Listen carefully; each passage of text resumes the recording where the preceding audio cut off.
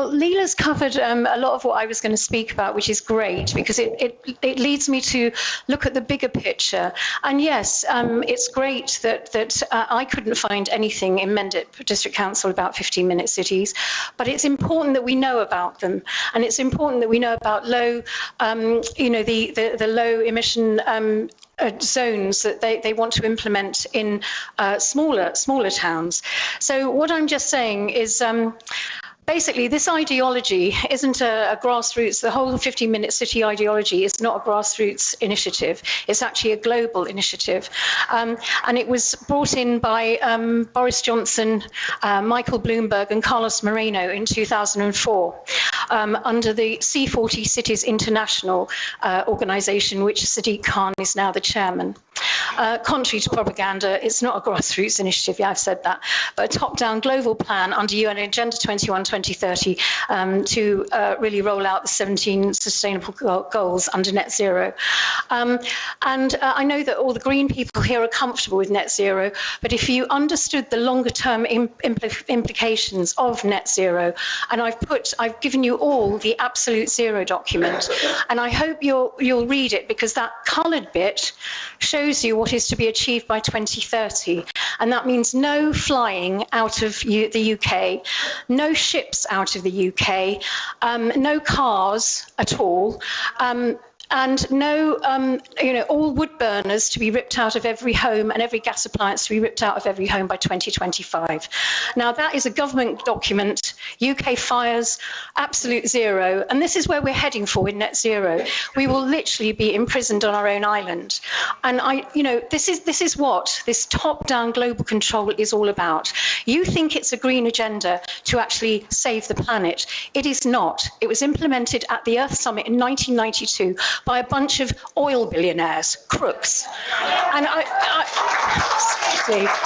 and all of you, bless you, are trying to save the planet, and you've been hoodwinked. I was in the Green Party in the 1990s. I left. I was a member of the Ecology Party. I left because it got taken over. It became a Trojan horse for the technocratic agenda that I'm talking about, Agenda 2030. And I tell you what, they planned this from the 1970s. It's a long-term agenda, and I would love to be able to give all of you a presentation. I've been on this for 15 years, and I've been giving talks all over the world about this via YouTube everywhere, because I'm passionate about it. I've impoverished myself doing this. So I just want you to just hear me out. We're living now in what's known as what's coming is what's known as a zero trust world. So whether you know it or not, the digital ID is coming.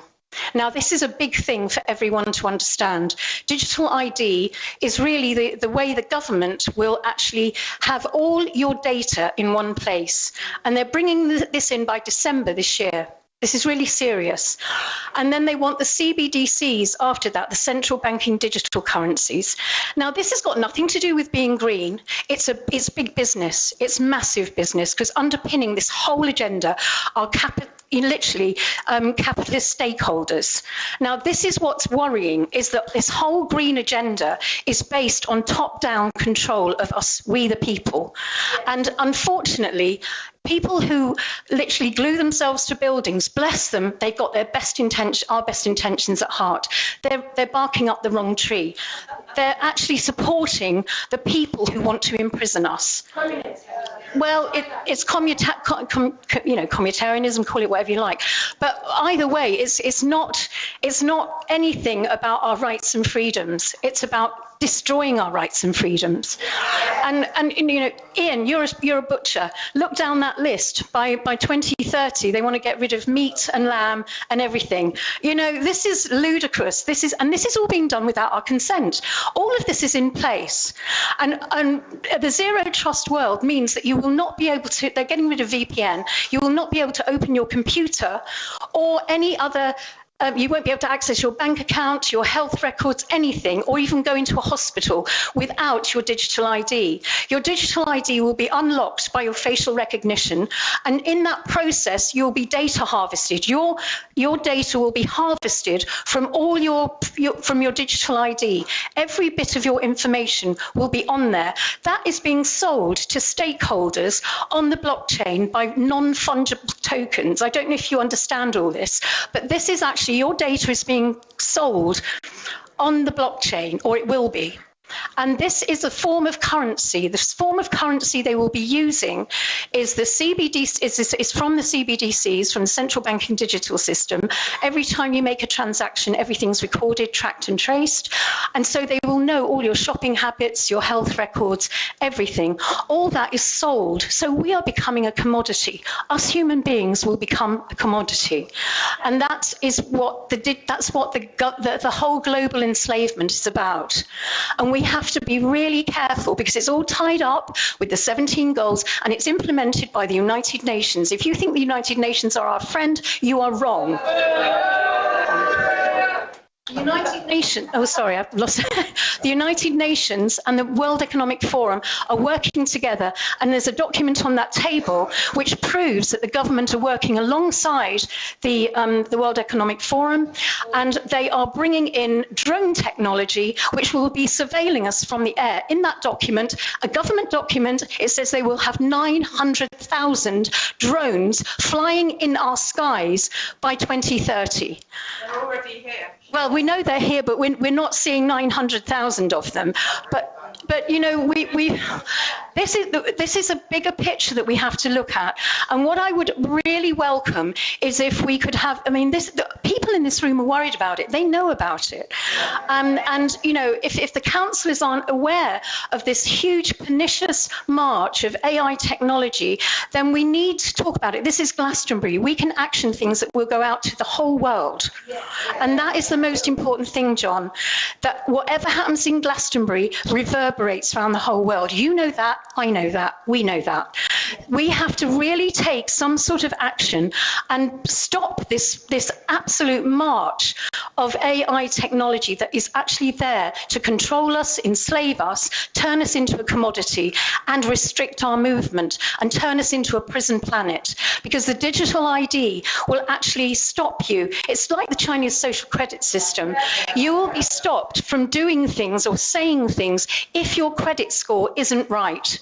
They will be literally, our whole currency will be run, because they're getting rid of cash, the currency will be run by your carbon credits, which has all been set up to trick you basically into not moving out of your smart city apartment, have everything delivered by drone, and to you to experience life through a virtual reality headset. That's all in the pipeline too.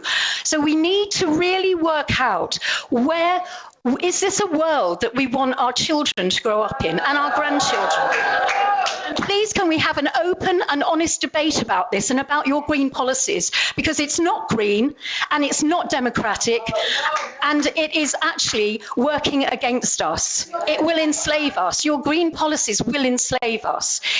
Obviously, we all want a beautiful planet that isn't polluted. We can deal with that without the top-down control and the AI.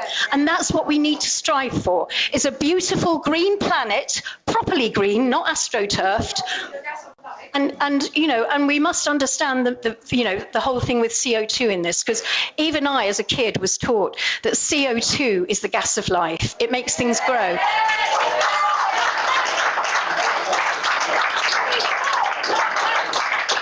If you talk about net zero, it's zero you, it's zero me, it's zero plants, it's zero everything.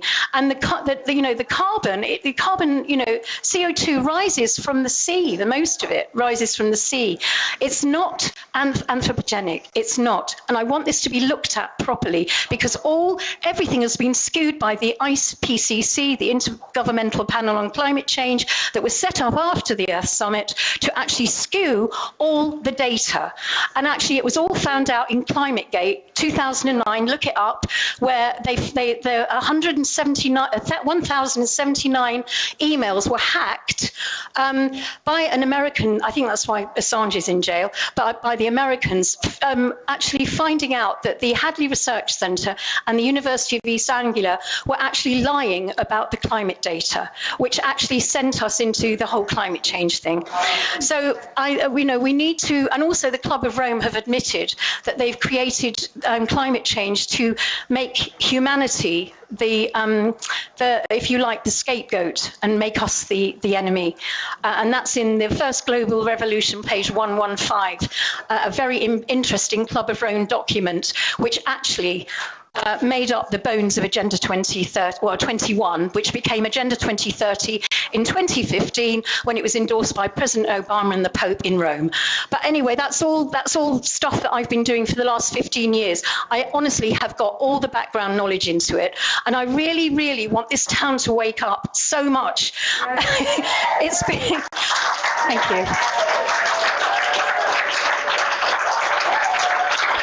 Okay. I have to say, I did talk about this 10 years ago over my kitchen table with you, John, and you thought I was a conspiracy theorist. So please think again. It's happening. It's actually happening now. And it's right, you know, it's coming at us like a railroad train. We need to do something, and do something now about what's coming at us, okay? Thank you. Thanks for the opportunity. Bye-bye.